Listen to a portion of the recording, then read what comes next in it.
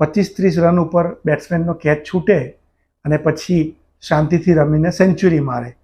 25-30 વર્ષની ઉંમરે ગંભીર હાર્ટ એટેક આવે, દર્દી બચી જાય અને પછી 100 વર્ષનું આયુષ્ય સરસ રીતે પૂરું કરે.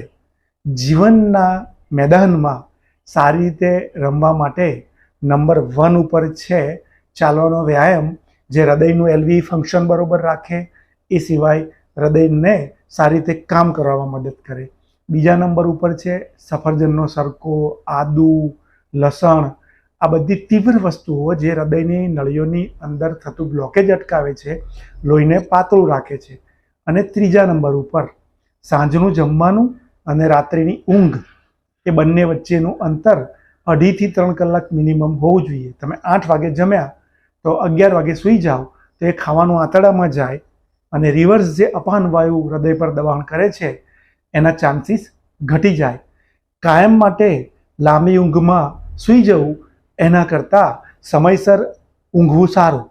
તમે 11 વાગે સૂઈ ગયા અને સવારે 6 વાગે ઉઠીને બાકીનું કામ કરી શકો છો, પરંતુ રોજ 1-2 વાગ્યા સુધી જાગો અને એટેક આવે ને કાયમ માટે લાંબી ઊંઘમાં સૂઈ જાઓ તો કઈ વસ્તુ વધારે સારી છે? તમને બહારનું ખાવાનું ગમે છે, ખાતા રહો, પણ એમાં કંટ્રોલ કરો. અને જ્યારે ન ખાવાનું ખાઓ છો, રાત્રે ખાઓ છો મોટા ભાગે, તો એના પછીનું 1 ટાઈમ મીલ સ્કીપ કરો. તમે રાત્રે ડિનરમાં બહારનું કંઈક ખાધું તો બીજા દિવસે લંચમાં તમે ફળો અને સલાડ લઈ લો. તમે દર અઠવાડિયે 1 કે 2 વાર બહાર ક્યાં ખાવા જવાનું એમ વિચારો છો?